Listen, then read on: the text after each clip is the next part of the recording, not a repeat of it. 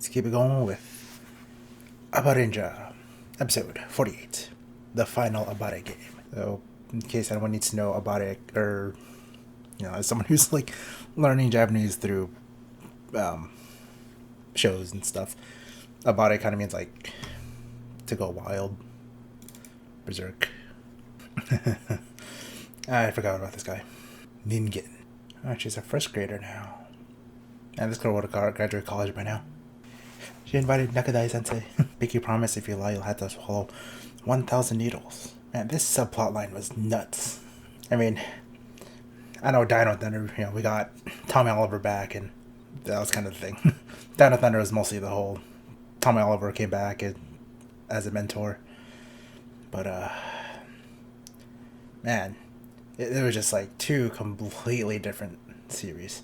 Oh, okay, the English translation is the final rampaging game. I should have been more consistent about which one I was adapting. Abaranger. I realize I'm such a child because I keep either sing the tunes or I say like the name like when they shout it. Makes it fun though. He's happy where he is now. I can eat with everyone, play with everyone, see my smiling face. Just to give a perspective, the guy who's talking is a monster that they didn't destroy. And he's kind of a... I guess I want to say like he's kind of a dope. So it's like, other than his appearance, like he wouldn't normally be a monster. I don't understand why, but I'm happy right here. This too is happiness, after getting hit in the face with a dart by his, like, quote-unquote master. Nakadai Sensei, Mikoto, aka Abare Killer, the White Ranger, Red Snow, okay, and just makes everyone go nuts. Kids are doing graffiti, someone's driving recklessly, crashed into a car, mass hysteria. Did someone loot a thing? Fortunately, their powers make them immune to it. I'm different from you. I want to visit this place too, but I'm not sure this is part of Tokyo Dome. It's next to a lake. So, bad energy is nutrition for the big bad. I wonder if this part ever got adapted into Power Rangers or not. I really don't remember. Because, it fell into the water. Because I know that, when I went to Power MorphCon, usually they say they adapt to the mech scenes for the monster of the week, and they write around that. And then there aren't that many episodes where they don't have a big mech scene. About a killer just got stabbed right in the middle, from the front. I never heard from the bottom of my heart wanted to live, but now I want to. So I'll fight against you. And he pulled it out and healed right away. He said himself, my life isn't in my own hands. His life force not only protects your life, but also prevents the dino minder from going berserk. So a little bit of context. Okay, without getting too much into it, long story short, a body killer, the White Ranger, has a piece of the villain in him. And, like, the piece of the villain is, like, keeping him alive, and that's how he recovered from that wound so quickly. In other words, I'm immortal right now. Isn't that right? Do do do do do do. His theme music's pretty cool. Do do do do do. Do do do. That can't be it. No, he's got a Barra Killer by the neck. We're originally the same being, therefore we must enter the same body.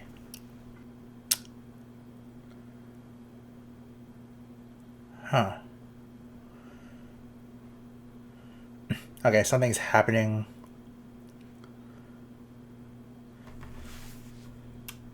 The fearsome combining dinosaur that froze over Japan during the summer.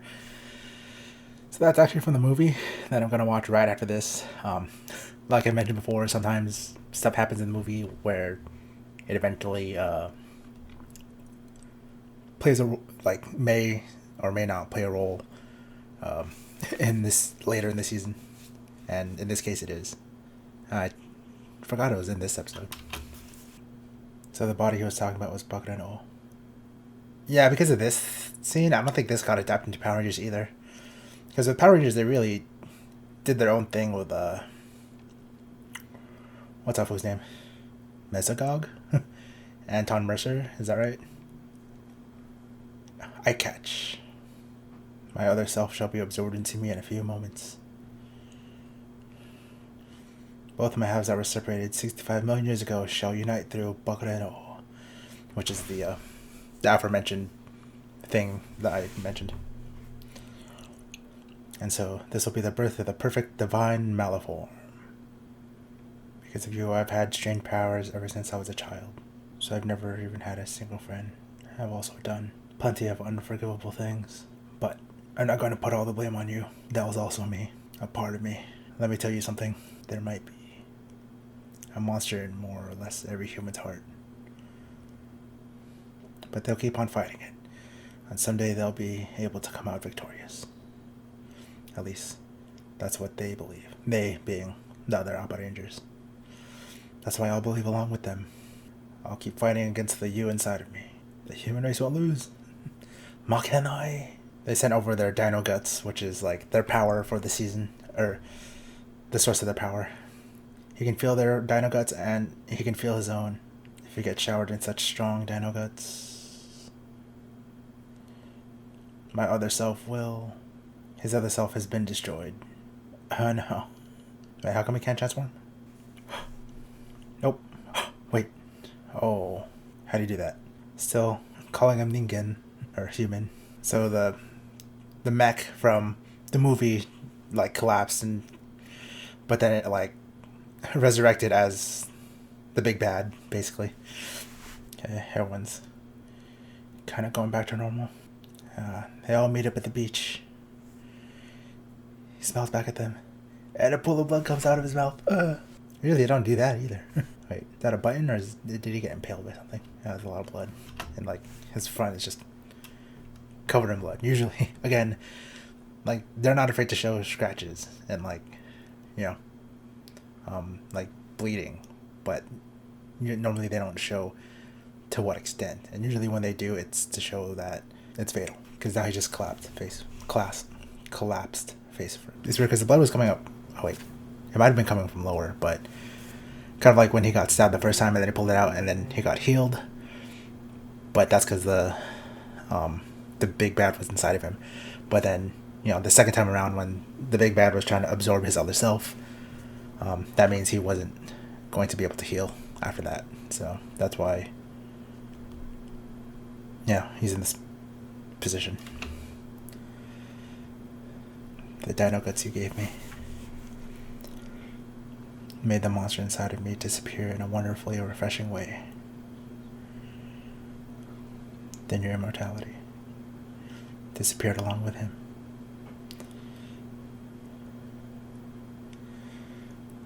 How can we save you? You can't. Hurry up and get away from here. The Dino Munder is gonna go wild and explode. Oh, right. I think that was set up, but I guess I forgot about that. Stay away. You made a promise with your daughter about tomorrow, didn't you? Top Galer, you came for me. Top Galer, his mech. When we get to space, throw me. And go back. Ingen, human. I told you that I'd stay by your side. You're a strange one. It's hilarious, ironic. Me wanting to live. But the weird thing is, it's not a bad feeling. They ride off into the sunset. You've certainly given us plenty of excitement. You don't need to look for excitement anymore. Farewell, Mikoto. The first and only time he doesn't call him human. Which, you know, bonds, friendship, and just a bright explosion in the sky. It was at nighttime too, just like another sun. You said it before, right? You're just like me. I'll never forget those words. Farewell, dear warrior. You shall live on in my heart. Abaranger. The ending's so cheery after a moment like that. Ah. Yeah, admittedly, this one like did require setup and knowing like a lot of what happens in the series and what leads up to that moment. But I get it. It was a good climax, and I think after this one it was like the third dinosaur death. So I kind of joke that anytime in Super Sentai there's a dinosaur theme, someone's gonna die. And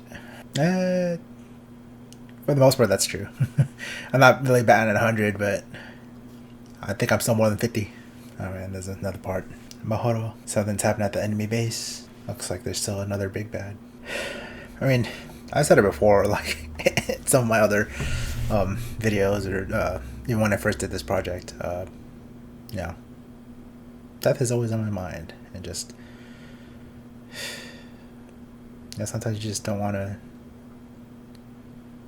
It's hard. Living's hard, especially in this year. Jeez. So just the conviction that Mikoto or Nakadai Sensei had, is obviously the thing that spoke to me. And this was a year and a half ago. I still feel this way. So all I can do is just keep trying my best. And I'm not gonna say live on for his sake, because it's a character, but the sentiment is there. Also, in my notes, I did have written that I had Neon Genesis Evangelion in the back of my mind, because let's see, just based on my timeline, I planned it out where I'd finish 2 seasons per month. So then by that time, it was June, or yeah, it was June. And in June of 2019, Netflix released Neon Genesis Evangelion. So I had a chance to watch that again. So the whole thing about depression and loneliness and human connection and the will to live and all that fun stuff was, I'm not gonna say consuming my life, but definitely the topic at hand. And just and I think I mentioned this at it before, but it's just so tragic when he died, because even at the beginning of this episode he was like, I'm not like you guys. So like even though he was with him at their base, everyone else had accepted him, but he didn't accept being accepted until the last part, right before his final attack. And he decides that he wants to live just like they do, even though he knows that that's going to be his last one. So at least he got to go down doing something for himself, and not because of the monster inside him, both the villain and the metaphorical monster that lives on inside humanity. It's the whole thing. It's something that probably requires watching most of the season to understand, or me explaining more. But yeah, that was it's so good.